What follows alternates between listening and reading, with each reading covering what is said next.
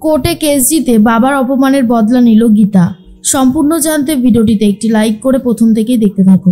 গল্পের শুরুতেই দেখা যায় ছোটকা এসে ডাকতে থাকে সবাইকে, আর তখনই চলে এসেছে গিনি। ম্যাক জিজ্ঞেস করে, কি হয়েছে ছোটকা, তুমি এইভাবে ডাকছো কেন, শরীর ঠিক আছে তো?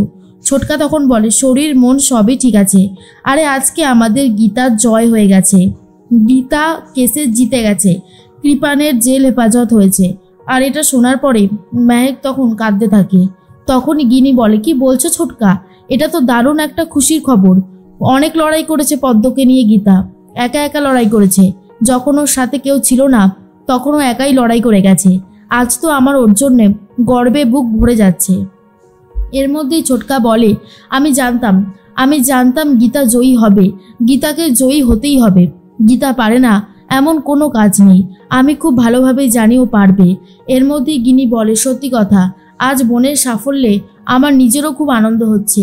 মনে পড়ে যাচ্ছে সেই দিনগুলোর কথা, যখন গীতা একটু একটু করে লড়াই শুরু করেছিল। আজ সে সমস্ত দিনের কথা মনে পড়তেই খুবই আনন্দ হচ্ছে। মাঝে মধ্যে একটা কথাই ভাবতে থাকে ছোটকা, যে গীতার এই সাহস গীতাকে এই শক্তির পথে নিয়ে গেছে। এর মধ্যেই দেখা যায় মেহেক বলে, তোমরা পাপার কথাটা কেউ ভাবছো না তাই না, পাপার কতটা কষ্ট হচ্ছে। তখনই প্রলয় বলে, মেহেক, আমি জানি আজকে দাদার মাথা নিচু হয়ে গেছে, দাদা কেসে হেরে গেছে, কিন্তু একটা কথা মনে রাখিস, একটা কথা তোকে বলি, একটা মেয়ে কিন্তু এখানে জিতে গেছে। তুই তো একটা মেয়ে হয়ে আর একটা মেয়ের অপমানের কথা বুঝতে পারিস না, তাহলে এই কথাগুলো কেন বলিস বলতো?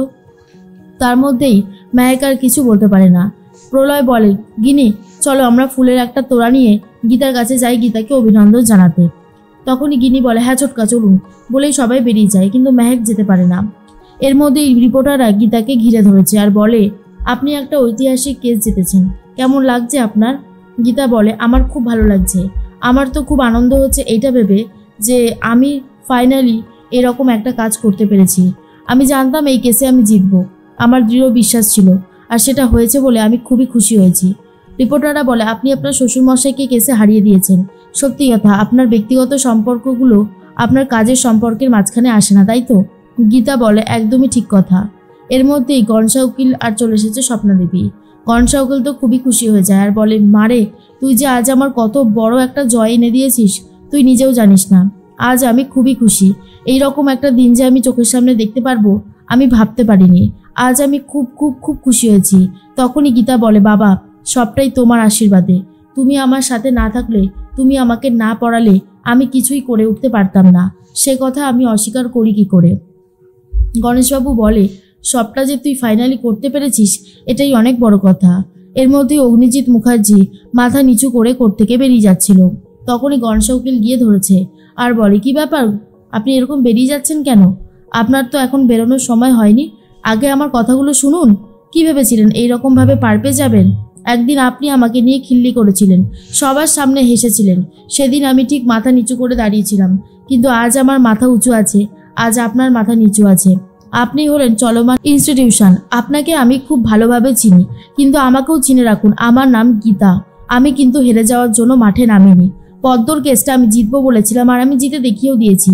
আশা করি এইবার আপনি বুঝতে পারছেন আমি কিন্তু হারতে আসিনি এখানে। এর মধ্যে গীতার গলাতে অনেকগুলো মালা ছিল। গীতা তখন ভাবে একটা মালা অগ্নিজিৎ মুখার্জিকে পরিয়ে দেবে, আর অন্যদিকে মনে মনে একটা কথাই ভাবতে থাকে গনসা গাঙ্গুলি, যে ফাইনালে যে গীতা জিতেছে সেটার জন্য আজ অনেক বড় একটা দিন। এরপর গনসা উকিল বলে, আমার মেয়ে তার কথা রেখেছে, কিন্তু আপনি কিছু করে উঠতে পারেননি, অপরাধী শাস্তি পেয়েছে, এর থেকে আর ভালো কী বা হতে পারে? তখনই অগ্নিজিৎ মুখার্জি একটা কথা খুব ভালো মতন জানে, এই কেসে যে হেরে গেছে আর কোনো কিছু করা যাবে না। প্রথমে তো নিম্ন আদালতে হেরেই ছিল, আর এখন উচ্চ আদালতেও হেরে গেছে, তাই সে আর কোনো কিছু বলতে পারছে না। গীতা তার গলায় একটা মালা পরিয়ে দেয়, আর অগ্নিজিৎ মুখার্জি সেই গলার মালাটা ছিঁড়ে ফেলে দেয় আর বলে, আমি তোমাকে ঘেন্না করি, বুঝতে পেরেছ? আমি তোমাকে শুধুই ঘেন্না করি, এই বলেই চলে যায়। আর তখনই স্বপ্নাদেবী বলে, আজ আমি অনেক খুশি হয়েছি, সত্যি খুব খুশি। তার মধ্যেই ছোটকা এসে গেছে আর বলে, গীতা এটা তোমার জন্য। গীতা বলে, এসবের আবার কি দরকার ছিল ছোটকা, আপনি আমাকে আশীর্বাদ করুন, সেটাই আমার কাছে অনেক। ছোটকা তখন বলে, আমি তোমাকে সবসময় আশীর্বাদ করছি, আমি সবসময় এটাই চেয়েছি তুমি খুব ভালো থাকো, তুমি কেসে জয়ী হও। সত্যের পথে হাঁটলে তাকে সবাই সাপোর্ট করতে পারে না গীতা, খুব কম মানুষই আছে তাকে সাপোর্ট করে। এর মধ্যেই গিনি বলে, সত্যি রে বোন, তোর এই জয়টায় আজ আমরা সবাই খুব খুশি হয়েছি। আমরা এত খুশি হয়েছি যে তোকে বলে বোঝাতে পারবো না। ভবিষ্যতে সমস্ত কেসে তুই এইভাবে জয়ী হ। কিন্তু বোন, তুই কিন্তু তোর শ্বশুরমশাইকে হারিয়ে ফেলেছিস, সেটা কি জানিস? গীতা বলে, আমি ঠিক একদিন প্রমাণ করে দেব যে আমি কোনো অন্যায় করিনি। একটা দিন এমন আসবে যেদিন উনি নিজে এসে আমার কাছে ক্ষমা চাইবে আর ওনার কন্যার থেকেও বেশি আমাকে ভালোবাসবে। সেই দিনটার জন্য আর কিছুদিনের অপেক্ষা মাত্র। দেখ না সব চিত্রটা কেমনভাবে বদলে যায়। গনসা গাঙ্গুলি তো আজ খুবই খুশি, তাই বলে, আজ আমার 2 মেয়ের জন্য আজ আমার গর্ব হচ্ছে। এর মধ্যেই অগ্নিজিৎ মুখার্জি বাড়িতে ফিরে যায়, আর তখন সবাই মিলে অগ্নিজিৎ মুখার্জির দিকে তাকিয়ে আছে। যা দেখার পর অগ্নিজিৎ মুখার্জি বলে, কি ব্যাপার, হ্যাঁ তাকিয়ে আছেন কেন? আমাকে দেখে কি মনে হচ্ছে? আমি কি সার্কাসের জোকার? তখনই ব্রজবালা মুখার্জি বলে, আমাদের সবার কাছেই খবরটা এসে গেছে, তুমি কেসে হেরে গেছো। কিন্তু একটা কথা মনে রাখবে, একজন অপরাধী শাস্তি পেয়েছে, এর থেকে আর ভালো কিছু হতে পারে না, বুঝতে পেরেছো? ওই অপরাধীর শাস্তি পাওয়াই দরকার ছিল। তখনই রাকা বলে, গীতার তাহলে জয়ী হয়ে গেল। এর মধ্যেই অন্য একজন বলতে থাকে যে আমি একটা কথা বুঝতে পেরে গেছি, গীতার কাছে কেস যেতে অত সহজ না। এর মধ্যেই গীতা আর গিনি দুজনেই মুখার্জি বাড়ির পথে রওনা দেয়।